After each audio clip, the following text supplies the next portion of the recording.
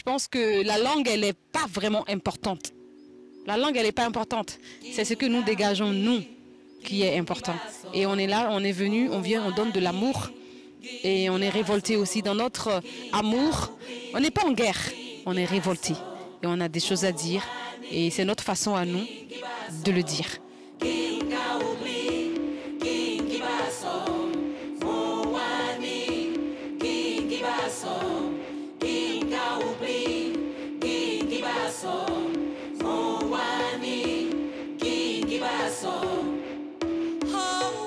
Bienvenue dans Echoes of Africa, les échos d'Afrique, une série originale d'Africa News Podcast qui vous fera voyager à travers le continent en musique sur les sons des guitares, des percussions, des chants ancestraux et des beats modernes qui composent les musiques africaines au pluriel. Je suis Pascal Kenya et j'explorerai dans chaque épisode divers univers musicaux, de la prose piquante du zouglou à celle de l'aïta, des sonorités du makossa jusqu'au log drums de l'amapiano, en passant un moment avec un artiste.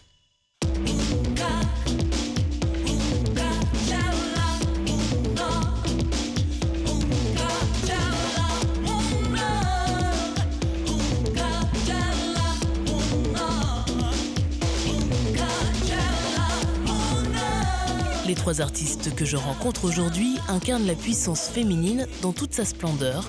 Membre du collectif Les Amazones d'Afrique, la superstar malienne et cofondatrice du groupe Mamani Keïta, la chanteuse et actrice béninoise Fafa Rufino et l'actrice et chanteuse congolaise Alvi Bitemo sont trois des 6 voix présentes sur le dernier opus de cette tribu musicale. Leurs consoeurs ne sont autres que la Nigériane Neka, l'Ivoirienne Dobet Niaoré et la Burkinabé Kandigira. Elle compose l'autre moitié de la formation réunie sur le 3e album. Intitulé Mousso Dance, la danse des femmes en Bambara, cet album, toujours aussi engagé, accueille de nouvelles sonorités plus électroniques. Dansant, il est un véritable hymne à l'énergie vitale qui nous met en mouvement.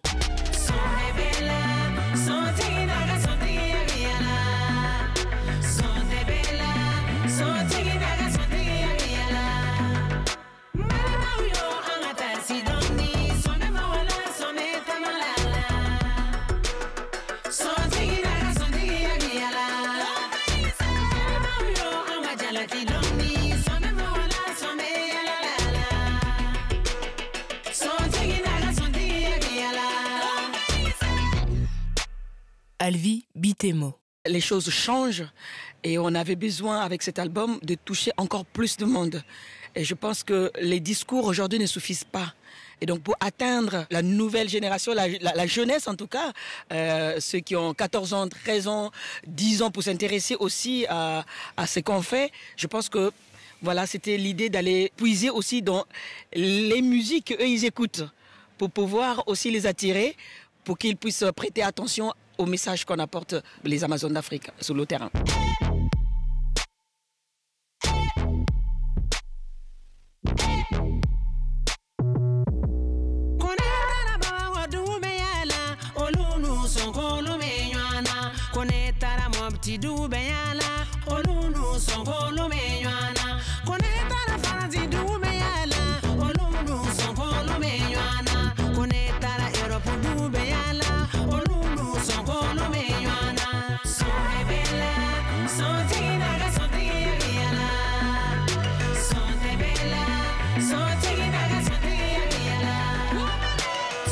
Les Amazones d'Afrique, c'est un projet musical initié par la productrice Valérie Malo et la chanteuse Mamani Keïta en 2014 à Bamako. L'idée de fonder un collectif autour de la condition des femmes séduit rapidement l'artiste béninoise Angélique Kidjo et les maliennes Oumou Sangaré et Mariam Doumbia qui les rejoignent. Munies de leur meilleure arme, leur voix, ces Amazones, dont le nom est un clin d'œil au régiment des Amazones du royaume de Dahomey au XVIIe siècle, actuel Bénin, vont au front dès qu'elles posent la main sur leur micro. À l'origine, ces artistes internationales avaient à cœur de porter la voix des femmes africaines et de dénoncer les violences faites aux femmes, souvent gardées sous silence. Mais au fil des tournées, des albums et des rencontres, c'est la voix des femmes du monde entier que les Amazones souhaitent porter aujourd'hui.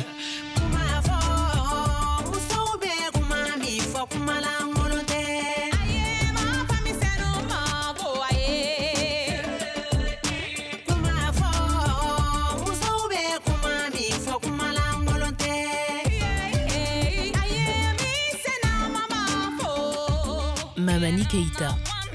Moi, je crois que ça a beaucoup évolué parce que le moment où on a commencé les Amazones d'Afrique, si je ne me trompe pas, c'était en 2014-2015. La musique qu'on faisait avant, je ne peux pas dire que c'est pas pareil, mais c'est beaucoup évolué. Et notre parole aussi a vraiment beaucoup changé. Là, je peux dire qu'on est parti vraiment très très loin cette fois-ci pour qu'on puisse être entendu par tout le monde. Fafa Rufino. Notre message, il concerne les femmes africaines, mais aussi on a évolué vers la femme en général. Les femmes du monde, quoi. Partout, il y a des femmes qui sont violées, il y a des femmes qui subissent le harcèlement moral, il y a des femmes qui subissent des agressions, même au sein de leur couple. Il y a des maris même qui violent leurs femmes. Vous voyez, donc on a élargi aussi au niveau de l'éducation, parce qu'on ne parlait pas beaucoup de l'éducation. Et en fait, on a remarqué qu'aussi en Afrique, avec les années, ça a évolué et puis ça a régressé encore. Donc notre sujet, vraiment, il s'est beaucoup généralisé. Et avec l'arrivée de Alvi dans le collectif, on a commencé à parler aussi des femmes qui sont utilisées comme des armes de guerre au Congo. Vous voyez toutes ces femmes-là qui sont violées et tout, et vraiment. Donc le sujet est devenu beaucoup plus vaste et c'est bien parce que du coup on est plus à l'aise à défendre le collectif partout où on va parce que tout le monde se sent concerné par ce qu'on est en train de dire. Vous voyez, tout le monde, vraiment tout le monde. Donc le collectif a raison d'exister. Il y a eu d'autres mouvements avant nous et nous on est là et il y aura encore d'autres mouvements après nous. En tout cas, c'est notre souhait. Et chaque fois qu'on voyage, on a fait l'expérience avec Mamani et Alvi au début des concerts dans certains pays. Les gens sont un peu éparpillés. Et après, il y a carrément eu en Angleterre, on a vu Shambhala où les femmes sont carrément venues devant, carrément limite. Je lui passe le micro. Je te passe le micro. Et puis surtout, quand on avait commencé les Amazones d'Afrique, les gens croyaient que les Amazones d'Afrique a été créées uniquement pour l'Afrique. Nos messages. Mais vu maintenant, il n'y a pas que des Mali qui participent à Amazon d'Afrique. Il y a Bénin, il y a Congo, il y a Burkina Faso et la Côte d'Ivoire aussi, et Guinée, et puis voilà, Nigeria, Algérie, voilà, Maroc.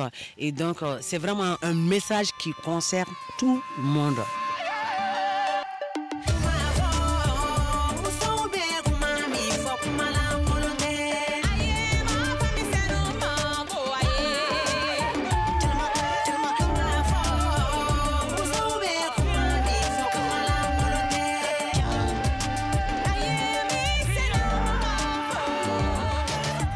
Au-delà des femmes, c'est la nouvelle génération de citoyens, tous genres confondus, que les Amazones souhaitent atteindre en leur transmettant une énergie féroce d'indignation et de lutte. L'album réalisé et mixé par Jack Knifley, collaborateur du groupe irlandais U2 et produit par le label de Peter Gabriel Real World, est un savoureux mélange de blues, de funk et de musiques électroniques et mandingues.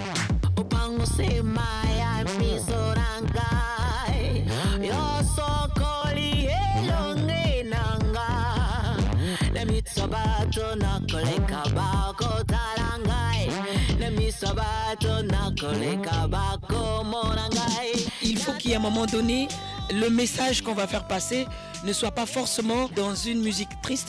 Quand on amène du vivant comme ça, de l'énergie comme ça, les gens viennent et ça interpelle tout de suite. Ah oui, ça fait comme l'appel. Et du coup, ça donne sens aujourd'hui dans ce combat de pouvoir faire venir les jeunes à venir nous écouter, que ça ne soit pas seulement une musique à des femmes d'un certain âge, non, mais que ce soit une musique qui parle et aux jeunes filles, et là, à la plus petite, qu'elle se représente, qu'elle regarde, ah oui, il y a des gens qui me représentent. Parce que souvent, en Afrique encore, on a nos images quand on est dans le continent.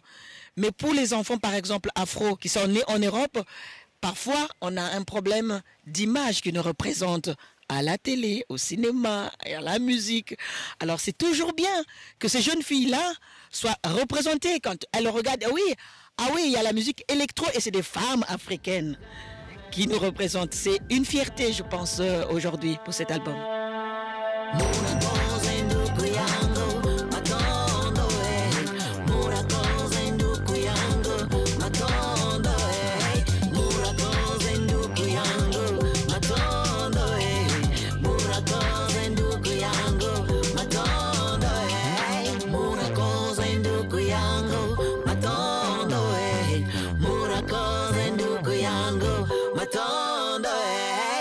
Les Amazones d'Afrique interprètent leurs propres textes écrits dans leur langue natale. Sur chaque titre, l'une des langues maliennes, le bambara, l'une des langues parlées au Bénin, le fon, une langue ivoirienne, le bété, et une langue burkinabé, le mouré, se mélangent avec harmonie pour défendre un seul et même message.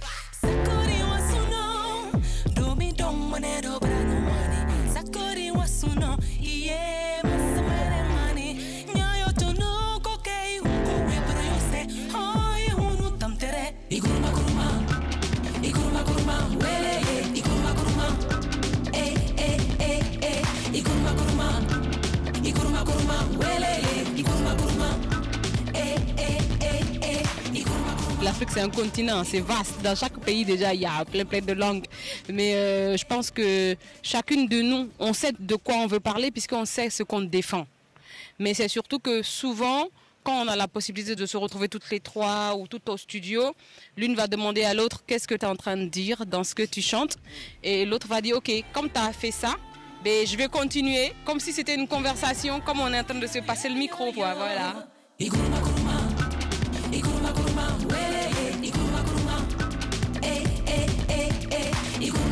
Quand on nous envoie la musique pour composer, chacun de nous compose de son côté. Mais dès qu'on arrive, souvent on se téléphone même. Mais qu'est-ce que tu vas composer sur la musique? Et par exemple, Alvi, elle m'explique et je dis ok. Bah, je vais faire la même chose mais différemment. Et je demande à Fafa aussi, comme Fafa elle me demande, comme elle demande aussi à Alvi. En tout cas, on ne travaille jamais seul. On est collectif. Oui, voilà. On est en synergie. Oui. Je voulais juste ajouter par rapport aux langues, c'est aussi une fierté, nous, de mettre ces langues-là en valeur. C'est notre héritage, il ne faut pas qu'on l'oublie. Il faut que nos enfants qui vont écouter, ceux qui écoutent aujourd'hui, ceux qui écouteront après, aient ce souvenir-là. Que oui, ces langues-là ont existé et ça va continuer à exister. C'est pour donner la force à ces langues-là qui ont parfois tendance presque à être effacées. On commence à uniformiser presque la musique en disant on va tous mettre en anglais ou on va tous mettre en français. C'est bien qu'on retourne aussi à nos sources. Ça nous parle en ce moment-là presque dans l'âme. Parce que c'est nos langues à nous.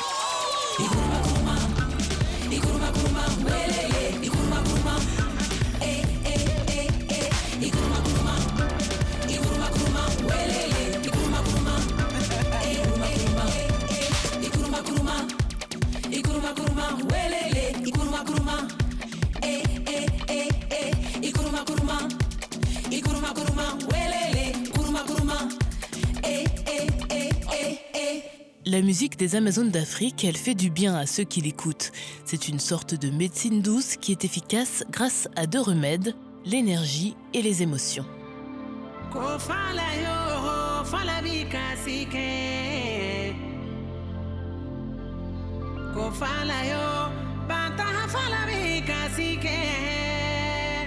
La musique, elle est thérapeutique.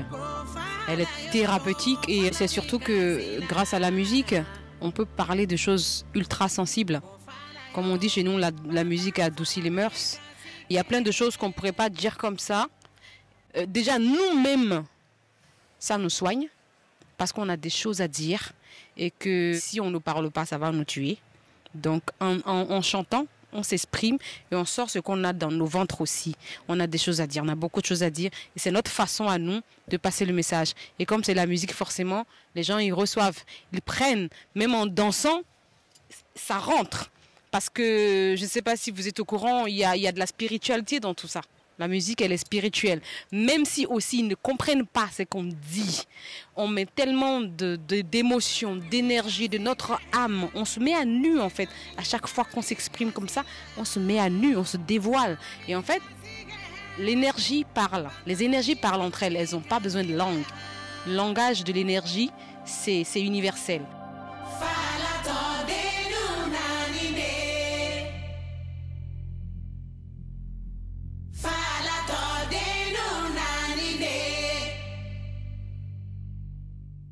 Redoutables guerrières armées d'un micro, les Amazones d'Afrique poursuivent leur mission d'artistes en portant la voix des femmes qui souffrent en silence. Sur ce 3e album, elles mettent leur héritage culturel au service d'une cause universelle et se servent du flambeau transmis par leurs aînés pour faire bouger les lignes encore un peu plus, en préparant le terrain pour les générations futures.